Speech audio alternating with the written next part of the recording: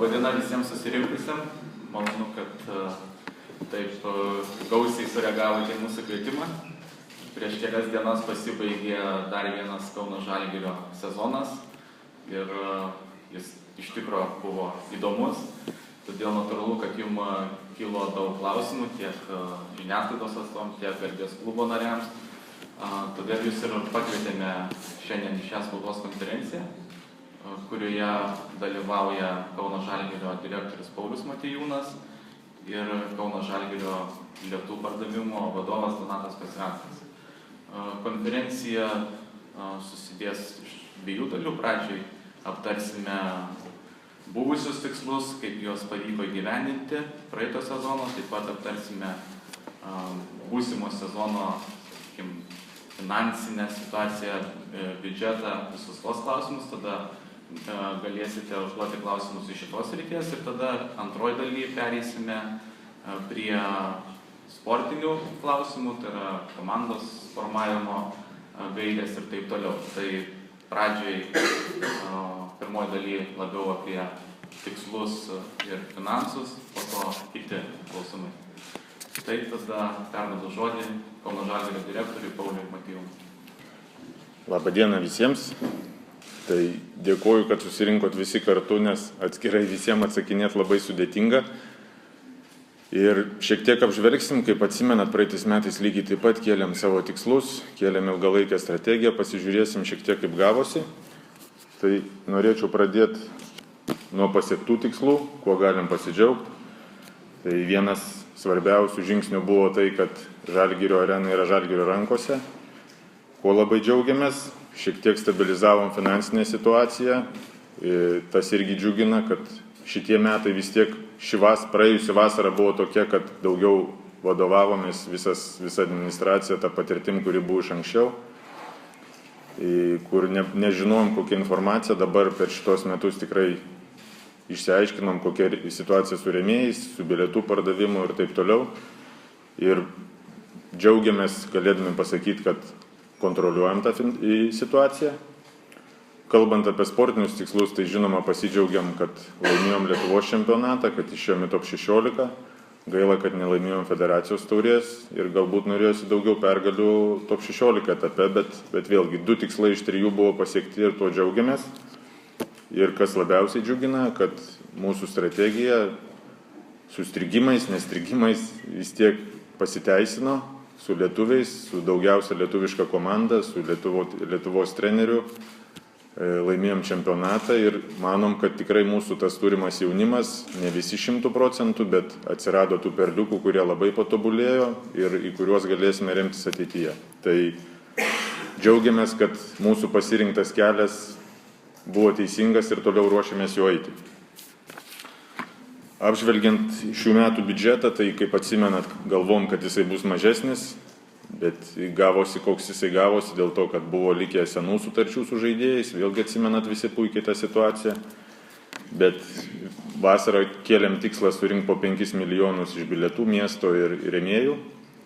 Tai džiaugiamės, kad iš dalies pavyko įvykdyti savivaldybės keltus tikslus ir išlaikė ne 100%, bet didžiąją dalim savo susitarimus. Tai iš savivaldybės gavom 4,3 milijono. Labai gerai sekėsi su rėmėjais, tai mūsų komandinis darbas padėjo surinkti pagal sutartis.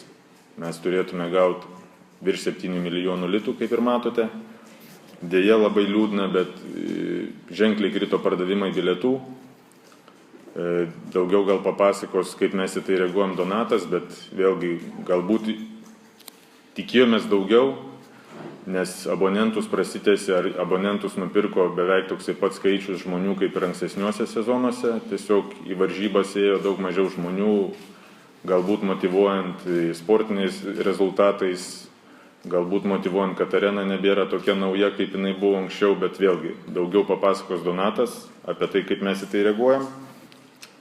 Taip pat gavom ir kitais metais planuojam gauti tą patį virš milijonų iš Eurolygos už TV teisės ir dar iš kitų šaltinių surinkti apie milijoną šiemet pasisekė. Tai vėlgi biudžetas surinktas yra maždaug 16,5 milijonų. Išleista yra panašiai, kaip ir atsimenat, sakiau, kad žaidėjim ir visai komandos išlaikymui galvom apie 10 milijonų, bet gavosi taip, kad jų yra 16. Tai vėlgi žaidėjų atlyginimai buvo virš 12 milijonų, kitos išlaidos komandai, tai kaip yra kelionės, viešbučiai ir būtai ir taip toliau apie 3 milijonus ir administracijos kaštai apie milijoną. Tai vėlgi šito sezono išlaidos ir pajamos yra kontroliuojamos ir jos yra neviršijančios, sakykime, galimybių. Ką planuojam kitais metais, tai vėlgi tą patį 5 milijonus iš savivaldybės, virš milijonų iš Eurolygos, norim padidinti bilietų pajamas iki 4 milijonų, kitas gautinas pajamas iki 3,5 milijonų ir pagal tai, kaip sekasi dėrėti su rėmėjais, manom, kad galim pretenduoti 8 milijonus. Labai svarbu yra rasti generalinį rėmėją, kurį turėjom šiemet į Privatbanką. Dėl krizės Ukrainoje tęsiam dėrybą su jais, bet nežinom, kokia bus situacija, tai vėlgi ta pozicija mums yra labai svarbi. Tai kitų metų planuojamas biudžetas, kaip matote, yra virš 21 milijonų. Bet tai nereiškia, kad mes keisim išlaidų eilutes, mes tikime surinkti daugiau, o išlaidos tikrai liks tokios pačios kaip šiemet. Griežtai kontroliuosim, kad žaidėjim atlyginimam nebus skirta, žaidėjim turiu minti visos komandos, tai žaidėjai ir treneriai nebus viršita 12 milijonų riba. Kitom išlaidom vėlgi 3 milijonai, nes skrydžių mes nesumažinsim, viešbučių kainų irgi negalim pakeisti. Administracijos kaštus sumažinsim iki 1 milijono ir numatę esam grąžinti 5,7 milijono skolų. Neseniai buvo pasirodęs spaudoj pranešimo apie vėl areštus klubo sąskaitą, tai norim pasakyti, kad taip gavom Ūkio banko administratoriaus ieškinį, dedam visas pastangas, kad taikiu būdu išspręsti susidariusią situaciją. Tas ieškinys yra dėl panaudotos paramos klubo, kur buvo sutarti su banku. Tai vėlgi sakau, mes labai tikim ir yra labai realu, kad greitu metu sutarsim taikiai šitus dalykus išspręsti. Ir kas labai mus spaudžia, dar vienas dalykas, tai yra FIBA draudimai rašytis naujus žaidėjus. Mes vėlgi turim iki Liepos mėnesio išsispręsti šitą klausimą. Intensyviai dirbam su rėmėjais, kad galėtume gauti reikalingą sumą pinigų, atsiskaityti bent iš dalies su žaidėjais, nes tiek FIBA aiškinam ir jie tą pilnai supranta, tiek žaidėjim aiškinam, kad mes norim išgyventi, su mažesnėm pajamom negalėtume prisitraukti Eurolygos lygio žaidėjų, tai vėlgi tai nėra, kad specialiai jiem nemokam, tiesiog yra tokia finansinė situacija ir kaip sakau, mes turim tą draudimą rašyti žaidėjus nuimti, kad galėtume papildyti komandą naujai žaidėjais.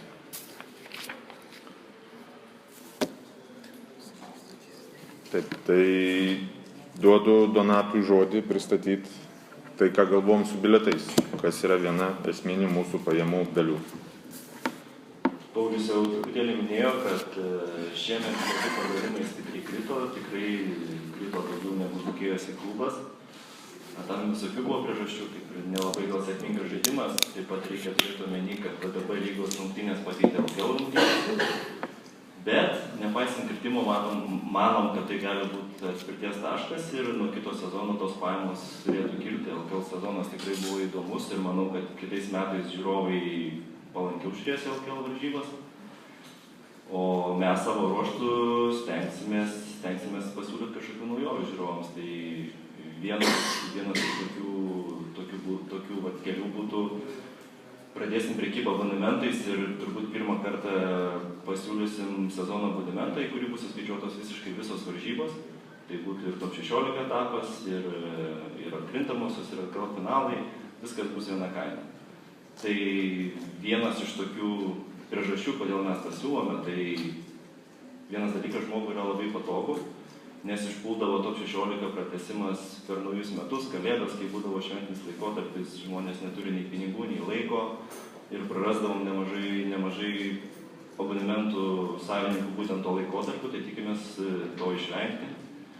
Ir kitas dalykas, visą laiką irgi būdavo tokių prašymų, kodėl ten viskas neįskaičiuota, prasidėdavo skambučiai, ar galioja abonementas ar negalioja, tai manome, kad dabar bus viskas aišku, tiesiog vieną kartą sumokėjai ir visą sezoną eini.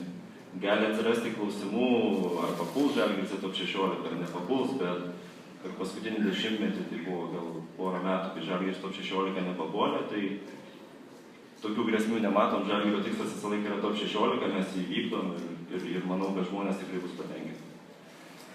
Kita naujovė tikrai nemaža, kuri laukia kitą sezoną, tai būtų nepriklausoma bilietavimo sistema, kurią operuos pats Žalgiris. Tikiuosi, kad operuodami tą sistemą galėsim pasiūlyti tikrai pačias moderniausias bilietų pardavimo technikas, kai bus galima siūlyti įvairius paketus, įsigyti papildomų paslaugų kartu su bilietu.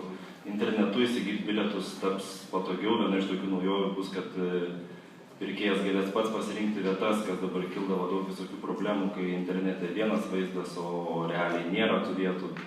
Tai manome, kad šios naujovės padės didinti mūsų pajamas iki iškeltų tikslų, kas yra 4 milijonai litų per sezoną.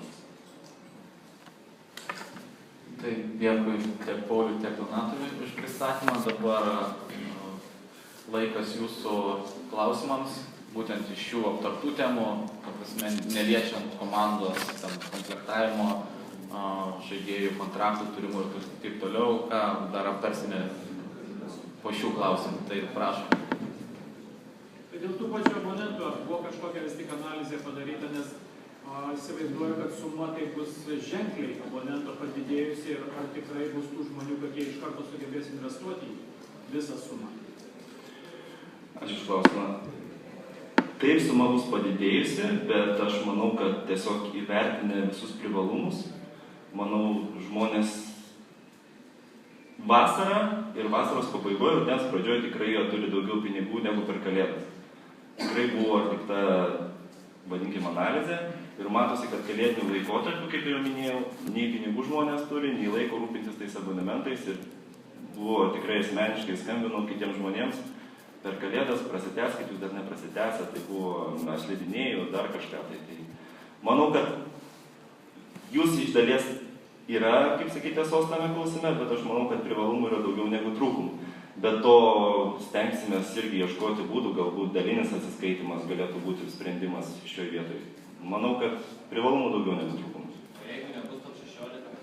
Jeigu nebus top 16, tas pats abonementas galios Eurocup varžyboms, kur nuo praeitų metų yra naujovė leidžianti klubui toliau tęsti Europoje kovas, taip kad manau, kad žiūrovas nuskriaustas nebus. Ar negalvojat, kad reikėtų jaunimą daugiau pritraukti į tas LKL rungtynės lengvatiniam sąlygom, į mokyklas, arba senelių namus, irgi vis tiek reikia kažkaip tai užpildyti tas erdves. Ar galvojate? Ačiū, kad aš toks populiarus šiandien. Iš tikrųjų, tai yra vykdomos programos su mokyklom.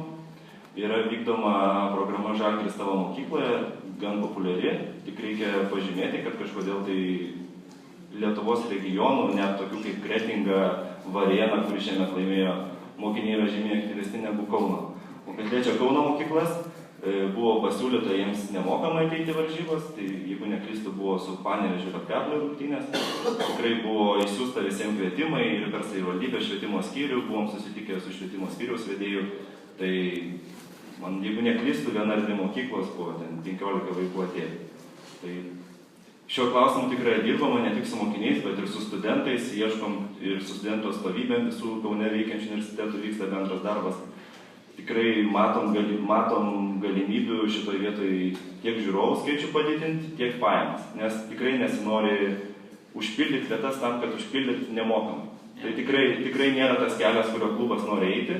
Norim kaip tik mažinti nemokamų bilietų skaičių, kad kuo daugiau parduotume apmokėtų vietų. O dėl senelių namų, vaikų namų, tai tikrai mes visą laiką palankiai žiūrim visus prašymus, kuriuos mes gauname, ir grupės iš vaikų namų, iš senelių namų įleidžiame nemokamai. Tai jeigu kas girdi sekančiam sezonui, tikrai galit kreiptis, visada palankiai tai žiūrim. Daugiau klausimų šiomis temomis? Einam prie įdomiausių.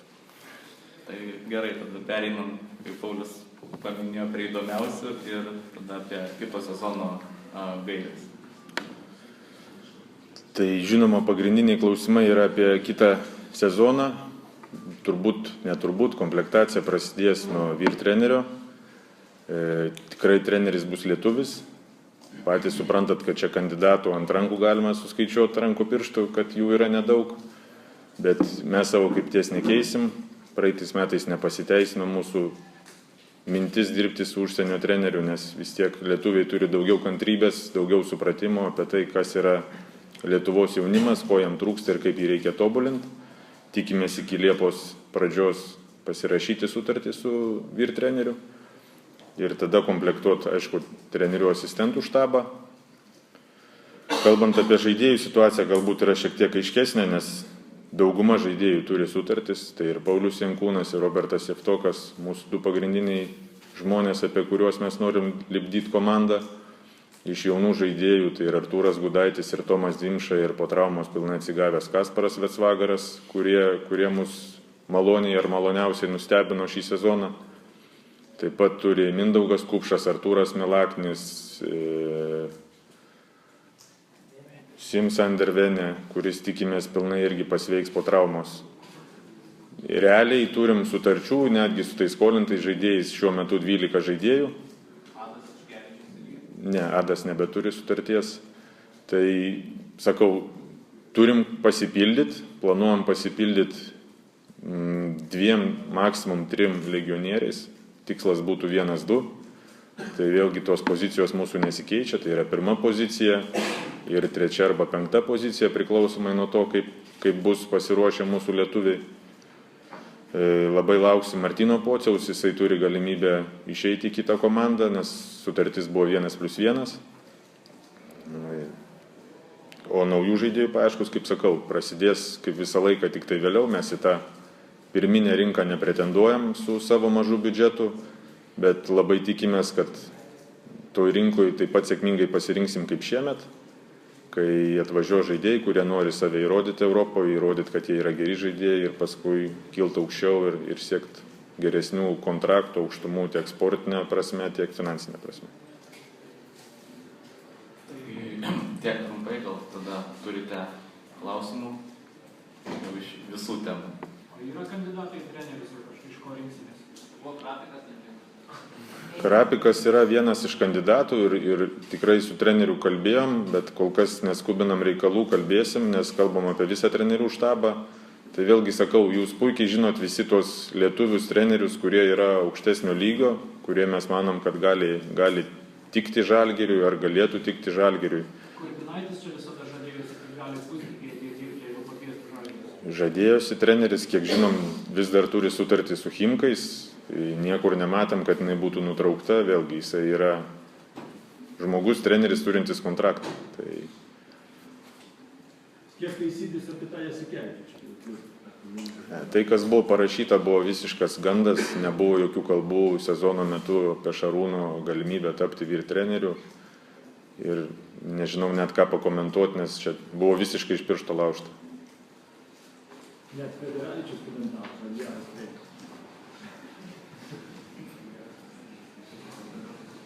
Manoma, negalvojat, kad pasigrįžim?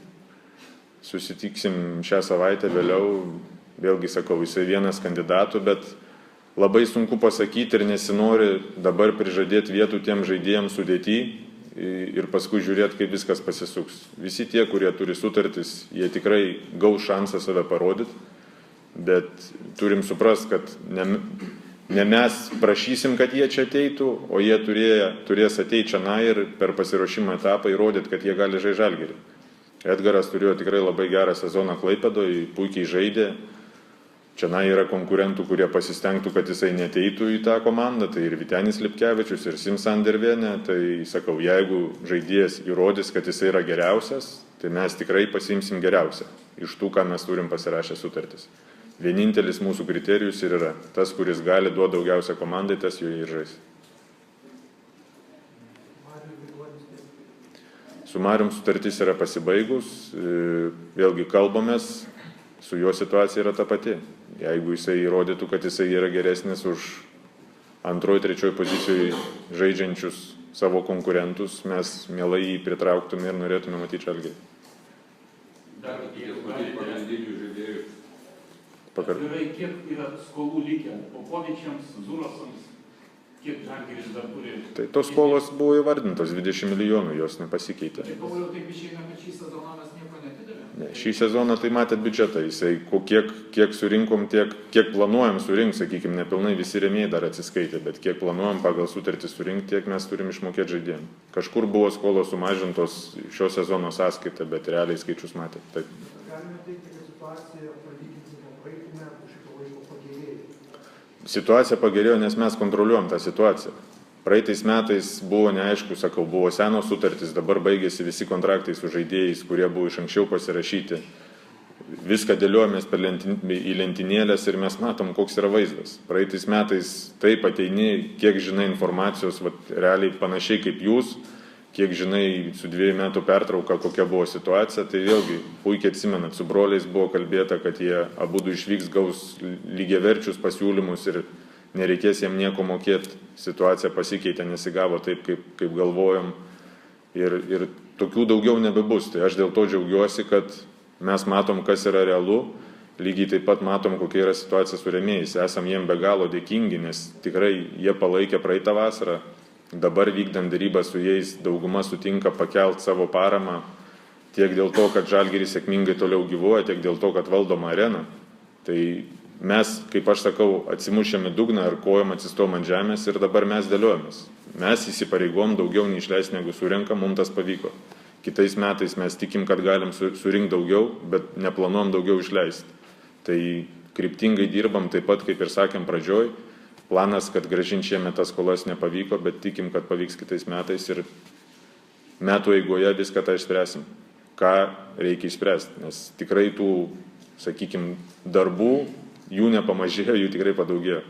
Deja, bet pasibaigus sezonui, kaip būtų galima svajoti, kad gali pasidžiaugti pergalę ar kažko, tai ne, mes turim tikrai intensyviai dirbti. Tiek aiškinantis, kas gali žaisti kitą sezoną, tiek aiškinantis su rėmėjais, prašant jų didesnės pagalbos, tiek, kaip sakau, pagrindinis tikslas surasti generalinį rėmėją, kuris palaikytų komandą ir stabiliai duotų tą palaikymą.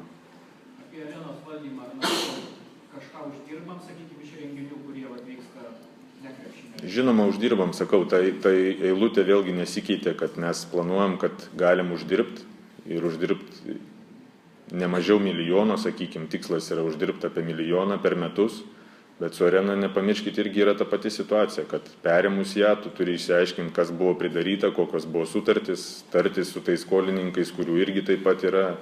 Tai vėlgi yra darbas, bet taip arena yra pelninga ir mes sėkmingai toliau vystom tą jos pelningumą, kaip matot, ir renginių yra, ir pritraukiam kitą sportą, ir rankinis vakar buvo, ir šeštadienį bus. Norim, kad daugiau visi ateitų ir mėgautųsi tuo, kokias sąlygas mes čia galim pasiūlyti. Mes dar kartą kartojam, norim pakartoti, kad mūsų pagrindinis tikslas uždirbti kiek įmanoma daugiau ir visus pinigus skirti Žalgiriui. Biudžetas, kai buvo surašytas, surinktas, tai arenos pajamos įeina į rėmėjus ar į kitos pajamos? Kitas.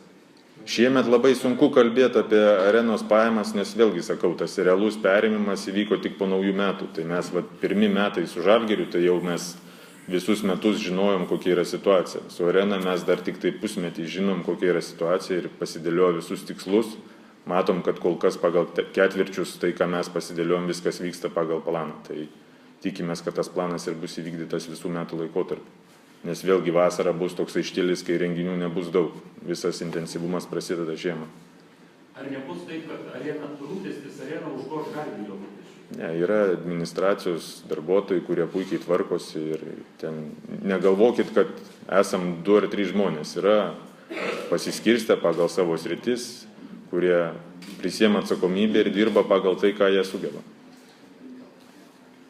Bet tikitės turėti pagrindinio žaidėjo vietoje, vietinį žaidėją, kažką iš lietuvių ar legionierių?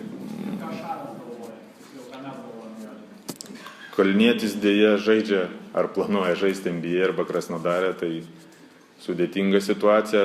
Su Šarūnu jau buvo prieš šį sezoną kalbėta, kad jisai pagrindinių negali būti, tai negalvom, kad Šarūnas galėtų būti pagrindinis žaidėjas. Pagrindinis žaidėjas realiausia bus užsienietis, o koks jisai bus, sakau, pamatysim Liepos 2 pusėje, įsivaizduoju, ne anksčiau. Ar daug buvusių žaidėjų į teismo padavė? Ne, nedaug. Popovičius, Rakovičius, žinot, ir daugiau tik su agentais dar keliais esam teisme. Ten Popovičius irgi agentas. Taip. Tai sakau, kol kas kiti nesikreipia, vėlgi jų kantrybė žinom, kad yra nebegalinė, bet mes vėlgi kaip ir visiems sakau, taip ir jum noriu pasakyti, kad nėra taip, kad mes turim krūvą pinigų ir nenorim jų kažkam atiduoti. Mes dabar intensyviai jų ieškom. Ir žaidėjai labai tikiuosi, kad tą supranta ir dar turės kantrybės tą suprast, kad norėtųsi viską išspręsti labai greitai, bet su tokiom skolom, kokios yra, tai tikrai neįmanoma to padaryti, nebent ateitų kažkas tai iš šono su dideliu maišu kaip Kalėdų senis ir tą padarytų. Tai atsiprašau, esam gavę kelis klausimus raštu, tai gal juos vieną arba atsakysim, tada gal irgi porą klausimų ir jau kaip ir turėtų būti pabaiga. Tai dabar Finansinę kalbėjom, turbūt turnyrai, tai turnyrai galvom Eurolyga ir LKL'as. Lietuvos čempionatas ir Eurolyga. Mes nesikeičia mūsų pozicija dėl VTB lygos, tikrai būtų per daug rungtynių. Matėm iš kitų komandų, kurios žaidė, kad gyventi lėktuvę, viešbutį ir salėje mes nenorim. Mes turim daug jaunų žaidėjų, kurie turi treniruotis. Mes palaikom Lietuvos čempionatą ir mūsų tikslas visą laiką buvo Eurolyga. Tai tas nesikeičia ir kitą vasarą nesikeis. Čia jau priklausys kaip LKL'as, kaip kiti klubai balsuos. Mums realiai užteko pilnai taip, kaip buvo šiemet. 2 ratai LKL ir Eurolyga, tai kaip mes žaidėm. Bet jeigu matysim, kad lygai reikia, kad kitos komandos pasitemtų, kad reikia tada daugiau ratų žaisti, mes tą galimybę svarstysim ir dėliosim. Bet viskas labai paprasta. Mūsų tikslas yra nedaugiau kaip 2 varžybos į savaitę. Tam, kad 2 varžybas žaidi, dar liktų 2-3 dienos pasitreniruoti. Grigonis, man atrodo, aiškiausias turėtų būti jums, aš nežinau, kaip jūs sprendėte, kad jis turi pats įrodyti. Tai gerai, jau kalbėjom apie Grigonį. Tai jau buvo klausimas. Apie klubą dar pasakysiu. Klubas sėkmingai veikia. Taip, surinkta, kaip visą laiką gali pažiūrėti Garbės klubo puslapyje, virš 100 000. Tikimės didesnio palaikymo, intensyviai dirbam, bet vėlgi ta suma viešai visiems prieinama ir jinai pasiekia komandą.